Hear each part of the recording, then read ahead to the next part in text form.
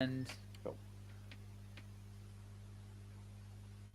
hello, folks, and welcome back to the Inside the Mix podcast. If you are a new listener, please do hit that subscribe button. And if you're watching on YouTube, make sure you hit the notification bell as well so you get notified when there's a new episode. And also when we go live, which we are now because it's an episode of the Producers Pub. If you are a returning listener, a big welcome back.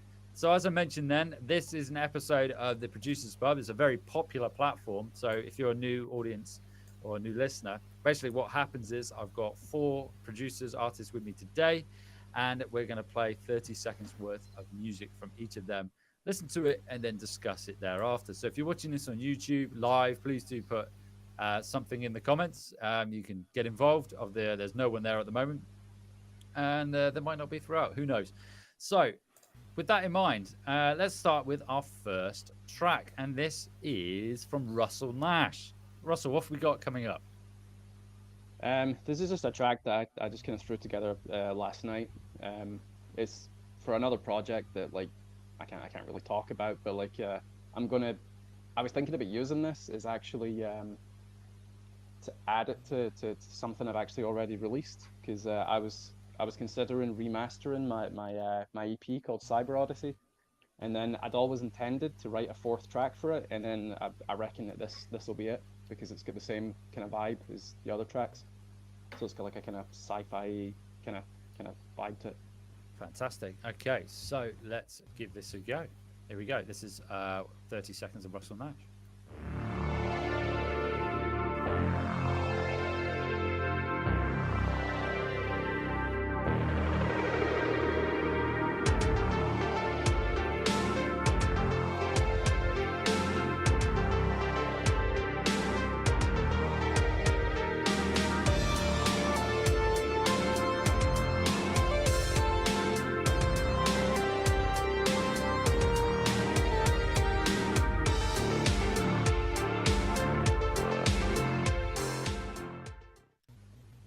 Cool, mate. What are you using for your bass? The I don't know how to describe it. It's like that growl sound. What are you using? What plugin or synth are you using for that? Um, all of this demo is done on the Arturia's CS80 plugin. Oh man, I remember using that a while back. Do you have the Arturia plugin suite where you got like the DX7, the Moog, Prophet, all that sort of stuff?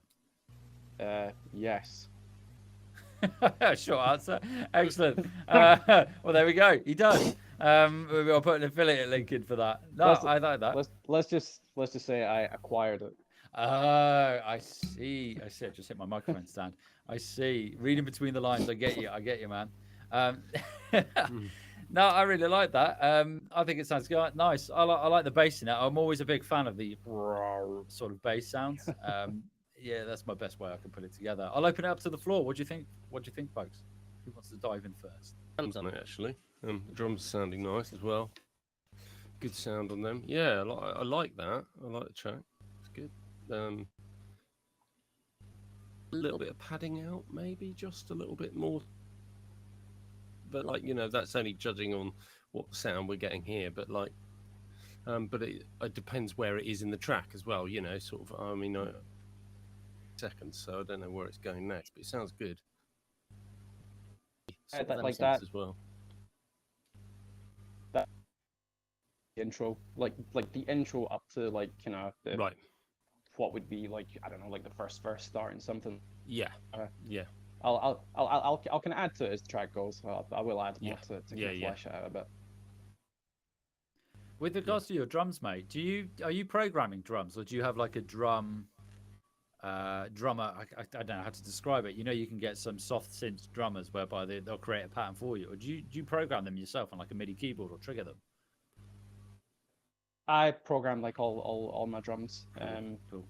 Like I've kind of explained this one before, but like some of you already know that I used to bands and stuff like Oh that yeah, before I get yeah. into this whole synthy thing. Um, and I used to write demos for like my band when I was like 20, and the drummer always used to complain that the drums, the programmed drums that I made for the demos were always shit. So he was always on my ass to write more interesting drum parts. So I just started like really listening to, you know, whenever I had my MP3 player on or whatever, I would listen really carefully to what the drums were doing, and then I would go home and I would try replicate them, and then yeah, I don't know, I guess I just kind of get fly for it. Um, so yeah, you can thank my old drummer Ian. Nice. It's I program them by hand, as you do as well. Yeah, but it's not one of my stronger suits. I find it a bit of a ball ache sometimes. But no, it sounds good, mate. I always like your drums. They're always nice little fills and stuff going on in there. These fast sort of fills you got going, man. Really like them. Cheers. I'll spread it around. Jake, what are your thoughts, mate? Yeah, really cool, mate. I love the pad sound that you used and the chords that you've chose. Sort of unpredictable. They're not what you'd expect, and I think it's really cool. You've definitely going on there, mate. Yeah, cheers, man. Nice. Thank you, Jake. Warmind, what are your thoughts? Man, I really like this music. I really like the bass. As a bass player, I think that this music remind me Tom Sawyer of Rush. The bass. Okay. Nice. Okay, yeah, that's Tom Sawyer, I'll take yeah. that. Yeah. That's a great song. Man, that makes me want to go and have a Rush binge now. That's on my soundtrack to Yeah. the week. Some Geddy Rush. Lee, who was voted Kerrang's most ugly man of rock. Was he The really? master, Gary Lee. Yeah. Well, he was a very talented ugly man. Yeah. That's the thing in rock, like in music, you could be proper fucking ugly, but if Yeah, you're that yeah, you talented, don't have- you can. Yeah, well, this is it. Yeah. Poor Geddy Lee. I'm sure there's got to be What do you worse think I'm people doing? looking than Geddy Synthwave. Lee. Fantastic stuff. Excellent. Thank you, Russell. Next one is from aisle 9. What have we got coming up? Bit left field, because like normally, as you know, I do synth as well. I think everyone else here, but like this is a sort of side project which we're releasing on this track on the 11th.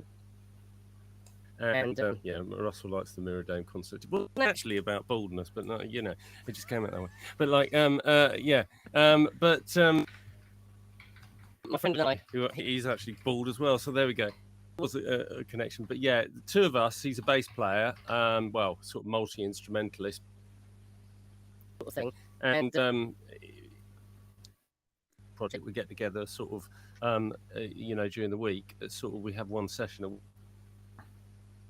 we've sort of written a whole load of tracks, actually, and I guess it's sort of a bit of a mixture of some of my synthy influences.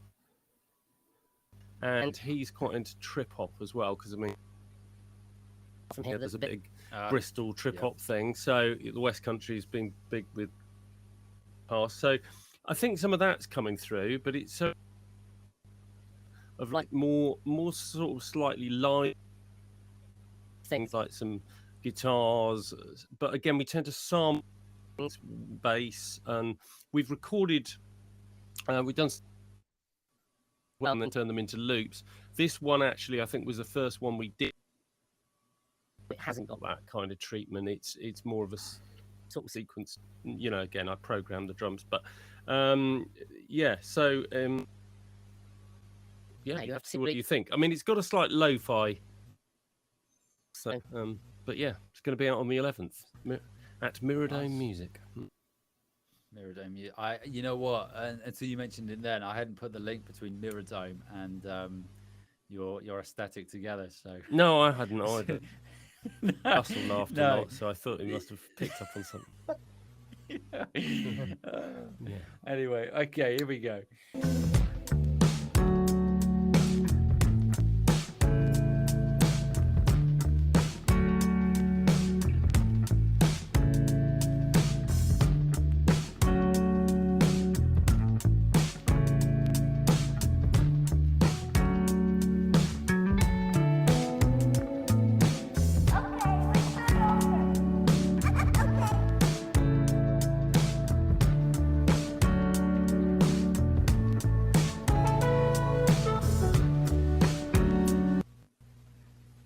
Excellent stuff. I can definitely hear the lo-fi in it, and it once again, I know the platform that we're using sort of it does rinse the audio quality that you're presenting, but rest assured when this goes live it will be the proper one. But I can definitely, you can hear how you've got those sort of organic sounding instruments as well, and how it's different to the usual stuff. It's really cool, mate. I can imagine that. I listen to like those sort of studying and focus playlists on Spotify, and I can imagine it sitting in there really, really nicely.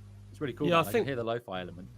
Thank you. I think I mean, you know, there's some vinyl bits. There's all kinds of bits going on. It's almost like sort of musical lo-fi. It's got like, it does have quite a lot of changes in playing and stuff. Right?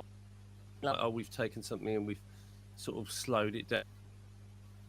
You know what I mean? Or it's very crunchy, or all those sort of lo-fi types, those elements. But I think at the same,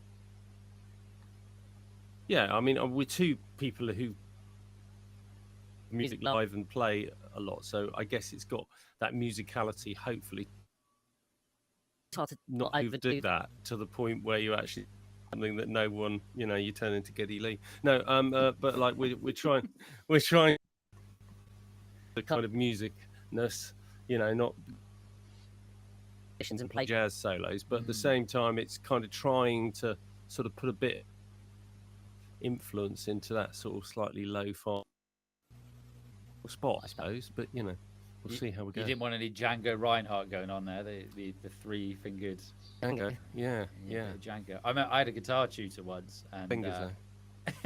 he was teaching me how to play it. It was a guitar tutor teaching me the guitar, but he basically is one of those ones where you just I know, point out the obvious.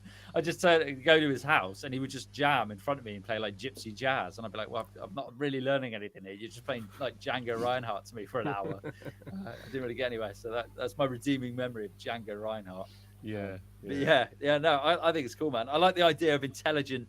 I'm not saying that like lo-fi isn't intelligent, but I like the idea of lo-fi intelligent, which is really cool. Because I think we had this discussion on Friday, didn't we, where we said that you could just like stick a fuck ton of reverb on it and slow it down, and then you can have some lo-fi, you know. But I'm sure the lo-fi purists will. Yeah, no, I know. There's some brilliant lo-fi stuff. There's some amazing stuff. Genres, there's lots of different things in it. What does anyone else think? Right, I think I'll probably be alone here, but I don't know, man. I could just picture like fucking Adam Levine crooning over that. Adam, like, I was totally hearing, like, you know the singer from Maroon 5. Yeah. Like, I could just totally hear him like, like a Maroon 5 thing. Wow. Yeah, I know. It's got that funky sort of rock, you know. That kind of element to it as well. Perhaps. I mean, it's not. You know. It's not exactly like that, but like I was just getting like a little bit of that vibe, and like I could picture him singing over it. It also reminded me a little bit of. Are you familiar with Bonobo? Bonobo, or how the fuck you pronounce it? Oh, Bonobo. Yeah. Bonobo. Yes. Yeah. Like I was getting a tiny bit of that vibe from it as well, but no, I liked it, man. Like it's I could picture that. I think we like think classy bar or something. Yeah, we like sort of some of the sort of that kind of down tempo stuff like Sneaker Pimps, all those kind of sort of things that I guess they're sort of late 90s sort of stuff. Portishead, all that kind of thing. Yeah. I was just going to say Portishead, because you mentioned Bristol, didn't you? And Portishead and whatnot, and you've got that sound. Bristol's definitely got a sound, hasn't it? When I was living there, it's you can't help but. I think it's just trying to sort of think of that was then, and it's not a very now thing, but like everything else, it's sort of. Yeah, I don't think I do anything that hasn't, because I don't know what now is. What is now? You could go down a whole rabbit hole of shit with what is now, couldn't you? Borrowing different things from different places, I guess. Cool. Open up to the floor again. Any thoughts? Warmind, what are your thoughts?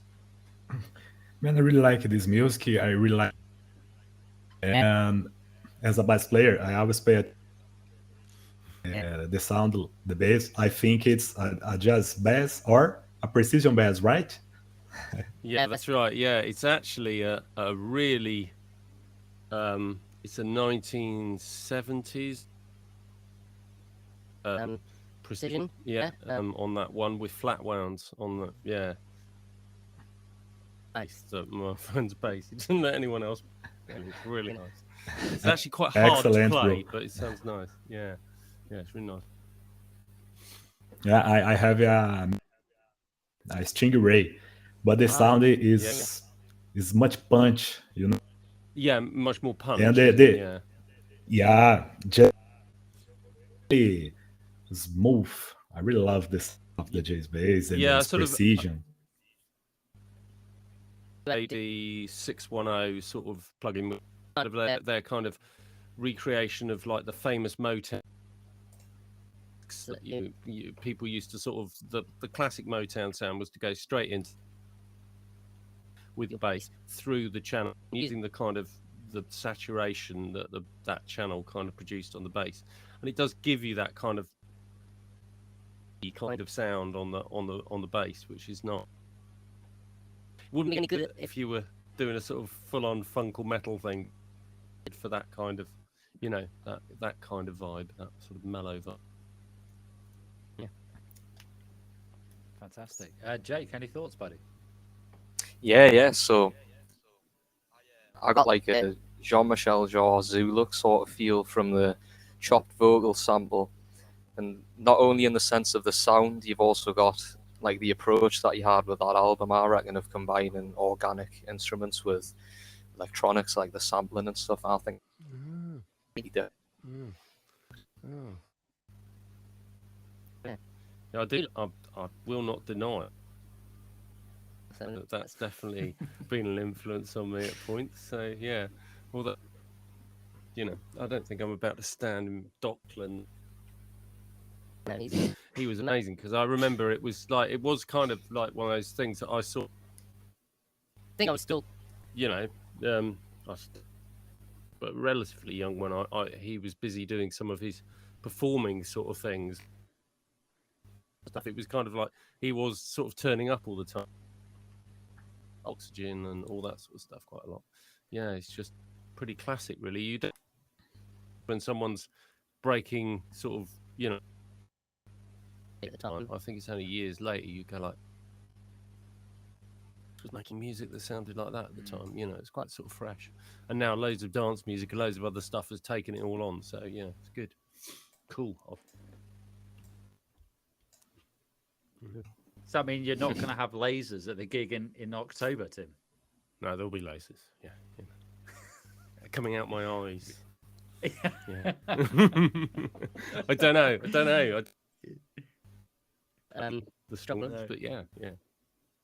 Probably might be any opportunity to plug the gig there. Yes. We might as well plug it now. What is the gig, Tim? Yeah, it's a dusk one. That's kind of a people are putting it on. It's at the Strong Rooms, and you can't remember it now. It's October. I want to say 22nd, but yeah, I want to say 22nd, but I could be wrong. Yeah, 22nd, something like that. Yeah, around that. Up in London, it's going to be a sort of whole load of retro artists. So sort of 4 of us, I think. Yeah, and online, I will be doing that with my. Playing live, yeah. I'm just checking up on my thing when it actually is live on 14th, I think. Yeah. Sunday. It's something. It's an afternoon gig. That's what Dust Waves tend to do. So should be good. Yeah, I'm hoping to. I'm planning on popping along to that. So, audience listening, if you are in the London area on the 14th, do attend. Do attend. And it's all going to be free. Checked it, by the way, it's definitely the 14th. I checked it. Cool. So thanks, man. Excellent. Thank you, R9. If we go on to the third track of today, the third artist, Wallmind, what have we got coming up? Tell us a bit about the song.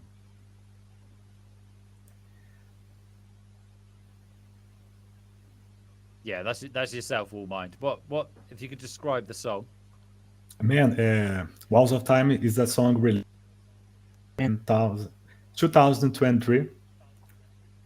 of time, I want to make a music that was mysterious, but at the same time strike. Choose simple elements like drum, a pad, mood of the song. I don't use a tons of channels on Ableton Live in the minimalism of the music. With simple elements, you can convey what the music needs. The bass skit rev I use as inspiration. Dance, the same bass like our friend Russell. I love the Tom Sawyer bass, and I used the synth silent to do this bass. You will realize that tells a story. It starts slow and builds up. Afterwards, the arpeggio starts giving greatness to the music. So then, as the drum stop, and the only sound of the pad remains, make the music brief. So what I at the end of the music. It's important to say that there is no right or wrong, but I prefer to tell a progressive story that starts with a few elements. I add new elements to create dynamics. Feeling and emotional energy that help listeners connect and vibe with our music. You have to try to imagine your entire track like a movie script, instruments, and express the energy of the music, or even remove the instruments to reduce the energy. It also makes music more satisfying to the human ear. And in Walls of Time, my all favorite transitions, which is going from high energy to nothing. In the lead, used a light sound to contrast with the initial bass of the song. There's all kinds of options out there. There are many timbres options that you. But the most important thing is to choose sounds with each other, and for that, the producer meaning the intended timbre, new leads, new pads, new sounds, new bass. It's elements of surprise to our ears, like, oh, what is that? Open other possibilities in your mind. After all, we are buying a track. This is how it's such a great tool to use when you want something that really. Fantastic. Thank you for the comprehensive description as well. It's brilliant. I'm looking forward to this. As soon as you mentioned then about minimalistic approach, I'm with you on that because I'm a huge advocate of minimalism and a minimalistic approach. And also what you said about there, about removing aspects rather than adding. So yeah, big on that one. So I'm hoping it's going to play from the beginning because I know I demoed it earlier. If it doesn't, I'll quickly revert it back to the beginning.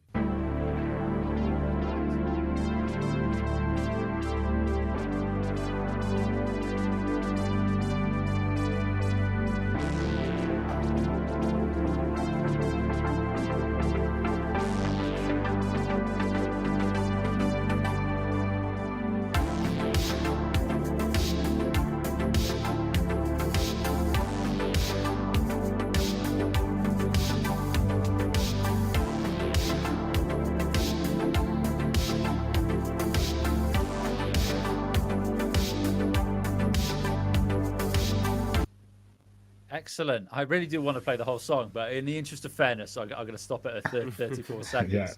But I love that. I really like the way you had those plucks come in and then they sort of transition nicely into the next part. And I really like that in songwriting where you introduce an element in the part before and then it's the main focal point of the next part.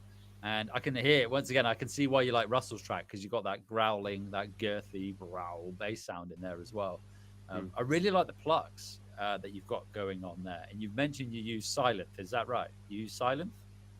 Yeah, silence. Yeah. Did you use that? What did you use for the pluck sounds? For the plucks, Diva. Arturia. Nice. I really like those. Really nice. That's a really nice chilled like synth song, man. I'm gonna listen to that. Gonna listen to that. Yeah. Thanks, nice, man. Nice. In music, Curious synth. I don't know. Arturia.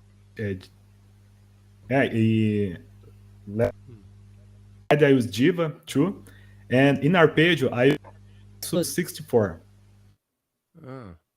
Remember this synth, this plugin? Yeah. Nexus. Nice. I like the. Yeah, Nexus. Yeah. Nexus is really good. It's just too expensive. I can't afford it. Keep looking Yeah. buying Nexus and then go like. Money. I used to have previous version of Nexus, and then they went from 30. That's magically stopped Yeah. working. Yeah, So I and the couldn't bass buy I it. use the silent. And it's an important thing to say that in a music, I always songs are structured. What make a chorus stand, create an intro that moves people. In general, there is no right or wrong. When it comes, however, if you pay close attention, you see of the tracks you love have a similar structure. A great example of changing the structure of the song was made by the producer of Machine in the song Killing the Name. Initially, arrived with a structure totally different from the music we know today. The beginning of it was boring. Things took time to happen. So with the producer, he changed the song and messed up the role structure of the song become a rich. The change was important because the original version was not interesting. So I think the producer is important. It's like a painter and must step aside to observe the work of what he's painting and give suggestions difference in the music. So I sometimes some producers or even bands forget to music as a role and think about the structure of emotions that the music should generate.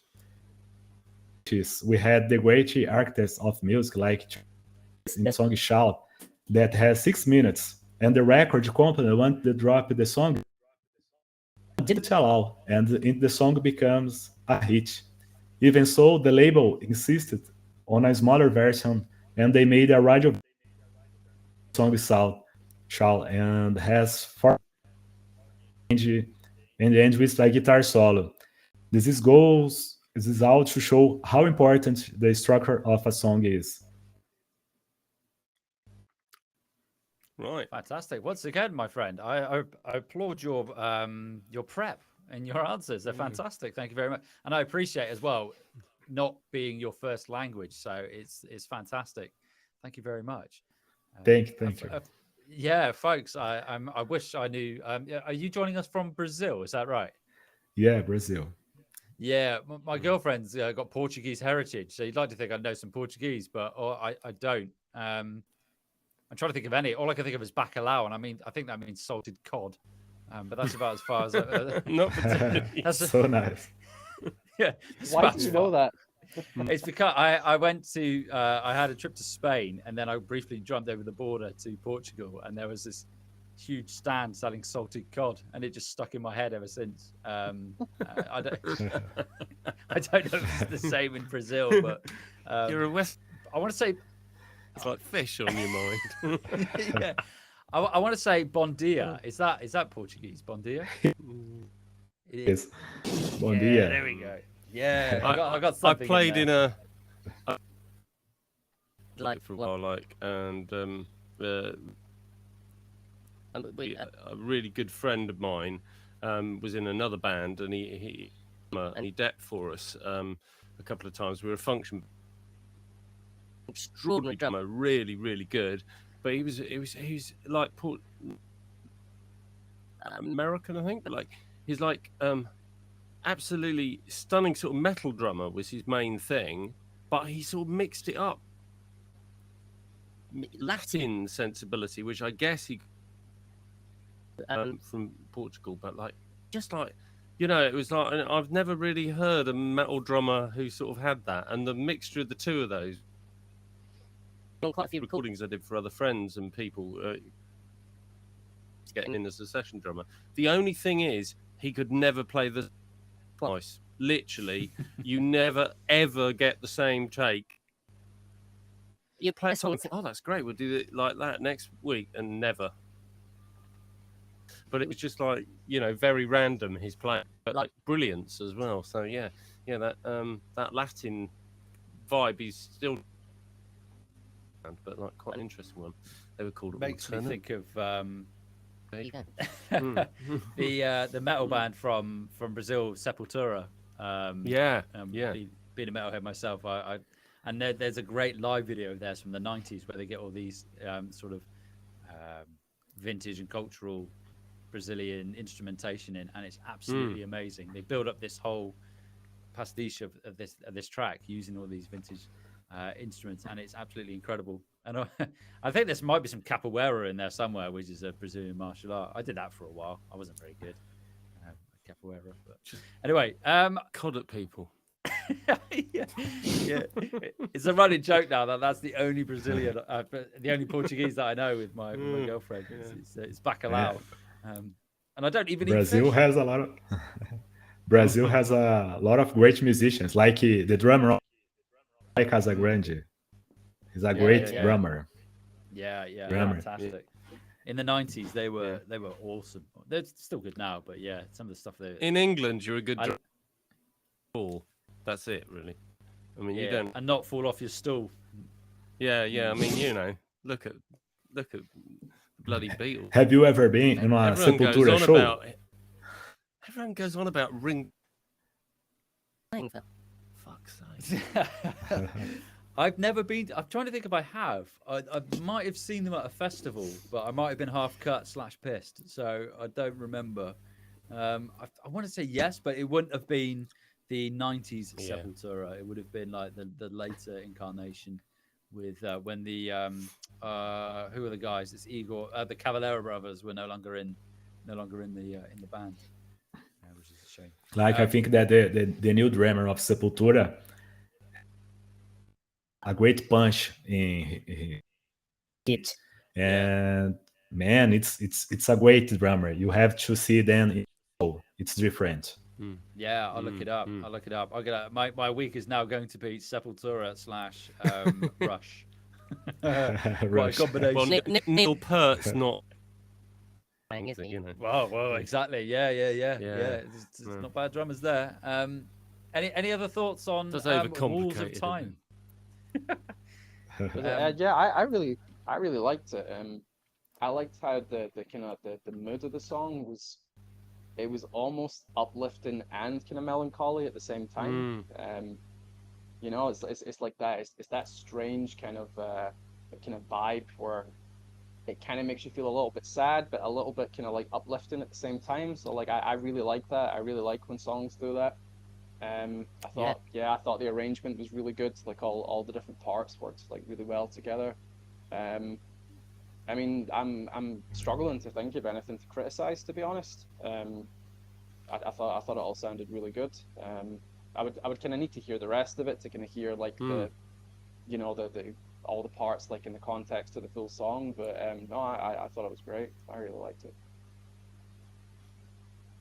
Ace. Jake, any thoughts, buddy? Sorry, Jake. Go for it. Oh, that's all right, mate.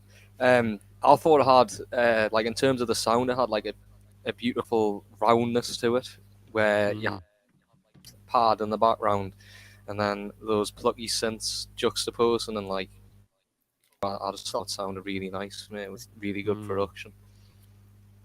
Yeah, it does. Yeah, the production. I thought the production was really good. So. Yeah, 100%. Can I ask a quick question, Wallmine? Through somebody, I think it was to do with their. Was saying that there's a real growth in like in Latin America in general, like in part of the world, that synthwave is getting quite big. Is that true? Is that something you think true, that synthwave is popular or becoming popular? Yeah, in Brazil, synthwave we have a great community from producers of synthwave, and it's much become popular in the last year. We meet each other and we make a group to discuss about production, about timbres, about synths. And Brazil has a lot of synthwave producers. Interesting, because I had started to hear about it. Didn't know. So that's really cool. Great. I have to say that I've noticed. Yeah, I've noticed that recently, like a lot of the people that have been adding me on SoundCloud have been from South America. Like it's like It's just producers great from to hear a South growth America. So in like anything. It's great. Yeah. That's really cool. You'll have to, Synth. as part of this group, Warmind, you'll have to post the link to this episode. But this is shameless self-promotion for the podcast. But post a link to this episode in your WhatsApp group when it goes live, and Yeah, of course. we'll expand the Latin American audience, which would be amazing. Yeah. I remember having a conversation. There's an Argentinian synth promoter, which is I cannot remember it for the life of me, but they were really, really good. And this was a couple of years ago. But I know there's I've spoken to a number of Argentinian bands who are synth orientated. But this is cool because I like that because you still got that sort of Latin American tinge to it as well, which is really, really nice, and a nice different flavor to the, because there's a lot of synthwave artists and a lot of it can sound similar. So having those different aspects come in is really, really nice. Really, really nice. Having different flavors into it as well, different injections into synthwave, so it grows and becomes a more interesting genre. 100%. Yeah, definitely. Thank you very much, Warmind. Last but by no means least, Jake, what have we got coming up? So this is my latest single called Ventures Through Space and Time. The way it came about, it's a bit of a weird one actually. We were given the task of doing an audio visual project at college. So I was in this sort of mindset, and this track ended up turning into like a pseudo orchestral track with like a Vangelis and feel. And it's out now on all streaming platforms. So if you like the little snippet you hear, please do check it out. I'd love to get the streams up on it. Is it? Yeah, Is it? Yeah. Yeah. Is that? Yeah. It's just my name, mate. Aye. Yeah. Fantastic. The links will be in the show notes for this. But before we move on to this, there has been a comment on YouTube, which is amazing. There you go. Just put that in there. There's been a comment on YouTube, and it says it's from Cyberdoll. So shout out to Cyberdoll. I love Synthetic Dimension band. Fantastic band from Brazil. I've never heard of them. Does that sound familiar to anyone? It's Synthetic Dimension. Is that a band you know of, Warmind, from Brazil? Maybe not. Possibly. No. Stunned silence. Cool. Let's play Jake Major's track. Let's give that a go. He says, is he going to play?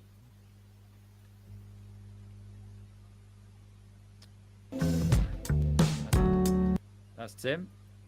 That's yours. And right, the beauty of this is when this goes live actually on the podcast, I can remove all this. So I'm just going to re-upload your track. Bear with me 2 seconds.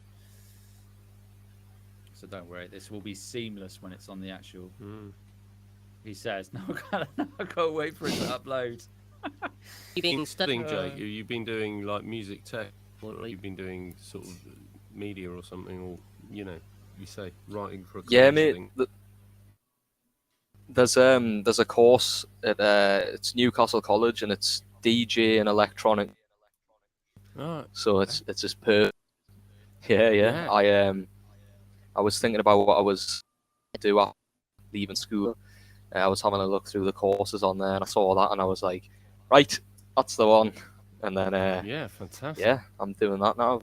Got another year of that, and then I'm gonna see what I can do with what I've.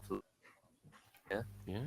That's so cool that it's a very specific course, isn't it? Was it DJ and electronic music? It's very, very specific. That's so cool. At least you know exactly, because I know there are a lot of music courses, because I've been down that route myself, and you'll get elements of it where you're just like, that just doesn't appeal to me.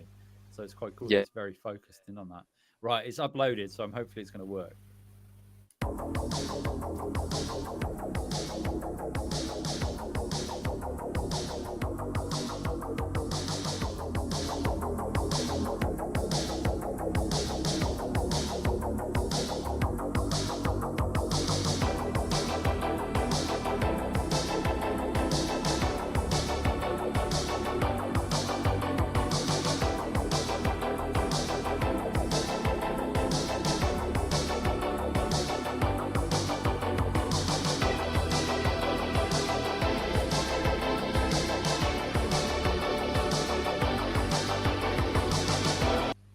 once again, in the interest of fairness, I'll stop it there. But that bass line, and then when those chords sort of come in, there's a song, and it reminds me of a song, and I cannot think of what it is. And this happened to me last time on the Producers Pub, and I remembered it afterwards because I put it in the chat. And I cannot, for the life of me, think of what that bass line, the song is that it reminds me of. But it's really cool. What are you using for that bass line? It's that weird sort of effect you've got going on there. The home studio, yes, that's something I'm saving up for. It's price gotta pay, so I'm just using the facilities at college, and they're all stock Logic sound. And for the bass, I just took a stock Logic sound and the low pass and the high pass, and I stuck some chorus pass, and then both of them, glue them together. Is that Alchemy? Are you using Alchemy, the Logic plugin? The Logic. Yeah, that will be, yeah. That's a great free synth plugin. I like so far as like stock native plugins go. Alchemy's fantastic. I love the fact you've got that little box. I'm doing this if you're watching this on YouTube because I'm making the box sign, but you can move between different timbres of the sound, can't you? You can drag it around, which is really cool, really intuitive. It is. It's 100%. Open up to the floor, folks. What are our thoughts?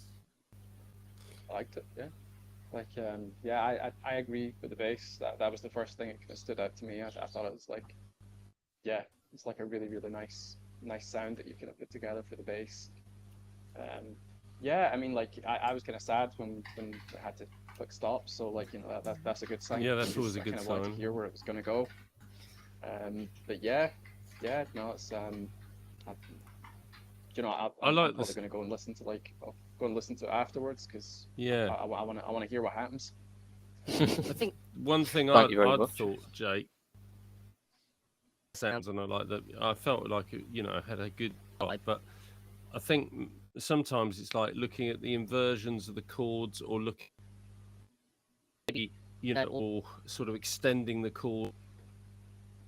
Because it felt like after the couple of repeats, when the chords with the bass and whatever, like you kind of could hear where they were going.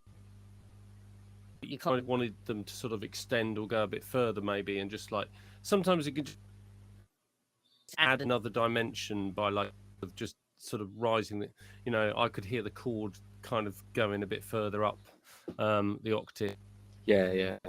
Or something, but at the same time, gelled together. I like the way you created that bass, and that worked really well, and that rhythm is like really pulls you through. So and it is difficult. I haven't got as much sort of sonic inventive with what you've got, which can actually be fantastic. I think I've got all these amazing plugins, and there we go. Is you're going like, this is sort of what I've got, and I can't quite make what creative to try and get it sounding like what's in my. And often you invent and discover new techniques and things really valuable and make you a much better producer long term. I think good things sometimes have a limited sort of thing to work with, and it might be that like sometimes it's like you can have a limited. You can think musically, like what do I do? Or extensions of chords or things, because it's like a lot of people can be very inventive with actually use kind of quite simple sounds and make it really work, because the way it's the combination of production and it mixing the two together. Thank you very much, mate. I kind of agree with the chord thing. I don't know, like maybe something that you can try is maybe like some substitutions, or like something like that I do occasionally is even just like swap. See when like the progression plays for the second time, even maybe just pick one or two of the chords, and then maybe even you swap it out for the relative major or the relative minor, and then just when it plays the second time, it gives it like a slightly different kind of flavor, and it can just kind of take the listener off guard a little bit. You just seventh. or something like that, you know, above the chord, like a sort of suspended fourth or something. You know what I mean? Those kind of things are just changing. That kind of I mean, this is not of your the genre that you hear a lot of things and you go like, right, we've got the try. Anything else we can do? You know, kind of thing. And it's like inventive with that, and you get some incredible chord voicings. Like some people in the genre are really good at keys, and I'm not particularly a keyboard player. But like so you could do that. You can just go like, you get your basic triad, and then you kind of rearrange it, and then you stick a note above, or you add another, you know, sometimes it can just create magic, you know. So it's, and again, maybe it's only one chords that has that in it. just, and it can repeat or something, just to give it flavor, you know. So that can be interesting. Yeah. Excellent, thanks, gents. Warmind, any thoughts? Anything? Man, I agree with you all details about the music, and I think that I like the drums, I like the bass, and it's a great music. I would like to hear the entire track in other time. Yeah. Yeah, Definitely. agreed. I like the exactly what you've all said there, and what Russell said in particular about like when you substitute or you use the relative minor or major. I love doing that. I use it a lot towards the end of progressions as well. If I'm going into like post bridge, something like that, I think it's really good. And also what Tim said about there about adding sevenths and sixths, or even taking away as well, taking away notes, is fantastic. Gents, we've come to the end, but before we do that, Pashang has joined us in the chat, who has been on a couple times. It's 3:38 a.m. where he is, and he says, sus for the doesn't sleep, though. sauce. No, he doesn't. He doesn't. He doesn't, honestly. He slept about 2 hours in all the time I've known him.